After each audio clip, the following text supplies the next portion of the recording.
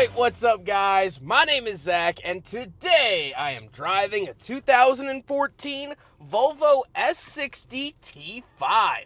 Up front is a 2.5-liter turbocharged inline 5-cylinder, and down below is a 6-speed automatic transmission. Now, I am super excited to be driving this Volvo S60 for two reasons. First of all, I've only driven the modern S60. I had a press loan of a 2023 S60 Recharge, and I like that vehicle a lot, but I haven't driven any of its heritage. The second reason, and honestly bigger reason, is the fact that this is an inline 5-cylinder turbo, so we'll be digging into that here today. But if you would like to submit your own vehicle and have it reviewed here on the channel, you can head on over to my website, zackpradel.com/submit. It's a quick and easy submission form. It takes under a minute to fill out, and I come out to you. And if you'd like to see all my videos weeks or sometimes months in advance, you can head on over to my Patreon for only $5 a month. And huge thank you to North Naperville Autos for letting me borrow their Volvo for today's video. If you'd like to browse their inventory, you can do so in the description below. But let's get back to that inline 5 under the hood. Well, as I mentioned, it is turbocharged, and this was kind of the quirkiness sticking around here for Volvo. If you're unfamiliar, in 1998, Ford bought a controlling share of Volvo. And so we started to see a lot of things carry over. Like this actually 5-cylinder turbo was used in the Ford Focus RS in the UK that we never got here in the States. So ever since 98, Volvo has been owned by someone. After Ford, it actually went off to a Chinese holding company called Geely, where it still sits today. But that inline 5 to me just really speaks towards the oddity and coolness that was Volvo. The engine is its last sort of gasp of identity, and that's really, really cool. The engine is fantastic. It works really, really well. It's very fun. It sounds great, and I think it's really one of the hallmarks of Volvo at the time. Paired to it is a 6-speed automatic. Now, this is one of the downsides. It's not an overly bad transmission, but for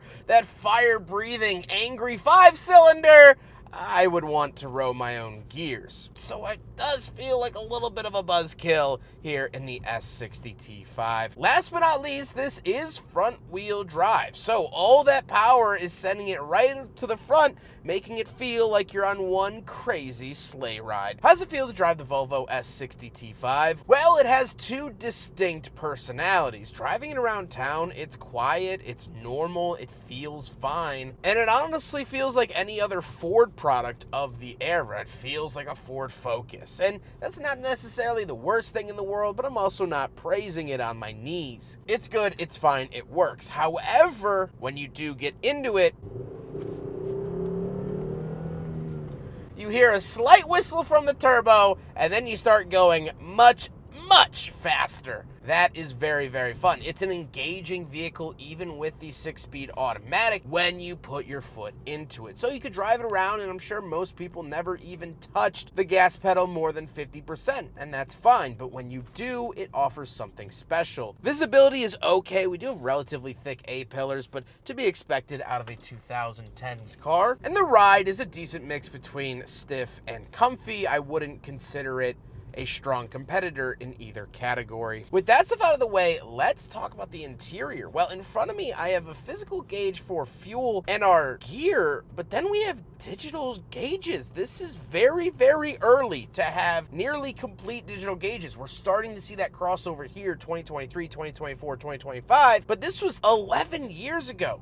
Digital gauges, and I think they look good and still perform well 11 years on. Off to the left on the steering wheel, we do have the cruise control, and off to the right, we have skip track and volume. To the left of the steering wheel, we do have our climate control vent, gauge dimmer switch, headlight switch, fog light, gas cap release, and trunk release. And moving on to the door, we have lock and unlock, power mirrors, and power windows. Moving into the center, we do get a little screen. Again, this is early to have a screen in a car. This was not standard by any means 10 or 11 years ago, and I like it. And off to the left, we have the start-stop button. Now, you'll notice this little keyless thing down below, which is kind of a misnomer because that's where you put the key. So if you want, you can put the key in the dash and then start it, or you could just hit the start button if you have the key in your pocket. Again, this was pretty new technology for that era, so kind of cool to see. Then we get a giant center climate vent with the hazard switch, and then we have a lot of buttons. So this is our temperature, dual zone climate, and climate controls, but we also have a number pad. We have the eject button for the CD.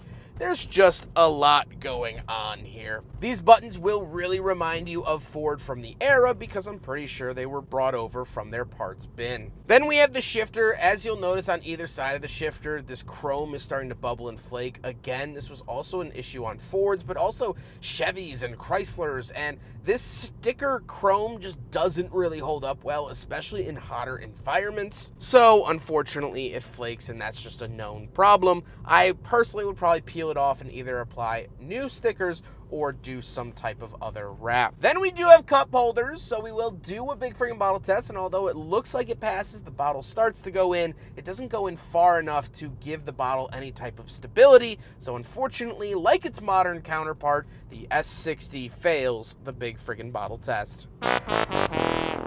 We do have a 12-volt outlet in that cup holder, so that is nice. We get a center console and the seats. The seats are comfortable. They are leather, and I think that they've not only held up well, but are still pretty presentable here 11 years on, so I like to see that out of an automotive seat.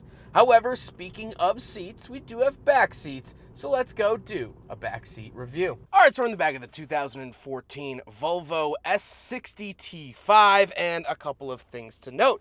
First of all, it's not a whole ton of space. The modern S60, I would say, has more space, which is nice. But that being said, it's not awful. I'm not scrunched in here. I'm not crying for my mom to get out of here. We do have vents in the B pillars, which is really nice for the climate controls. I have my own lock buttons. Volvo's big on doing this. Not totally sure why, but I have my own lock buttons on either door, as well as, of course, power windows. We do get a center console, 2 cup holders in there, and that's pretty much it. Not a stellar back seat, but also not the worst back seat. It's usable, and that's what you want.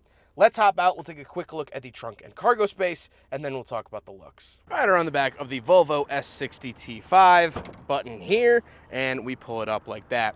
Nothing too crazy, although we do get a backrest release. Pull tabs under here, but it says it right there. It's kind of odd that they did that. Otherwise, pretty decent trunk space. Nothing to write home about. I'm not going to write a soliloquy about it. It's the trunk of an S60. There you go. Now we gotta talk about the looks, and I could take or leave the S60. I don't think it's this like chiseled, handsome, squillium automobile. It doesn't look like Michelangelo carved it out of rock. Michelangelo did carving, right? Or did he do pepperoni pizza? One of the two. It doesn't look like it belongs in an art museum. I'm just not overly in love with Volvo's styling. I don't think it's that pretty. Ugly? Ugly? Well, I'm gonna go in my ugly car and weep.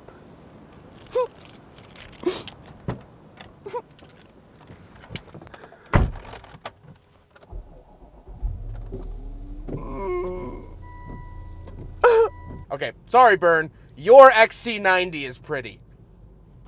No, it's not.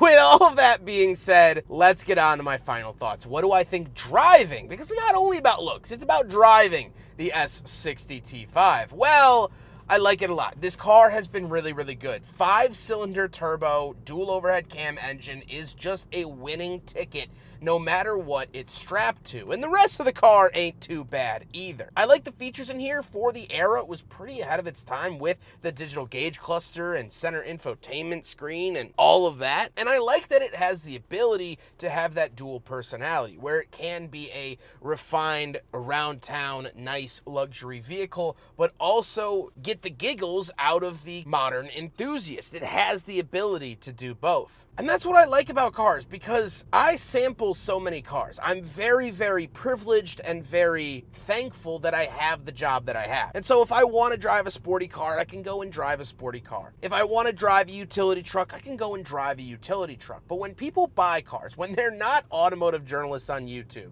odds are you're only buying one car. Only the truly giftedly, wildly stupid buy multiple cars at the same time. So when you buy that one car, it's got to be good at several different things. Someone who bought this S60 probably has a desk job. They probably work in a management position or tech or something of that sort. And so they have that 9 to 5. They have to commute to the office. They have to go in every once in a while. They have to go to a company dinner every month that they dread because Scott doesn't shut up. up about his trip to Maui. We don't care how blue the water was. Got too personal. Struck a chord. Reel it in.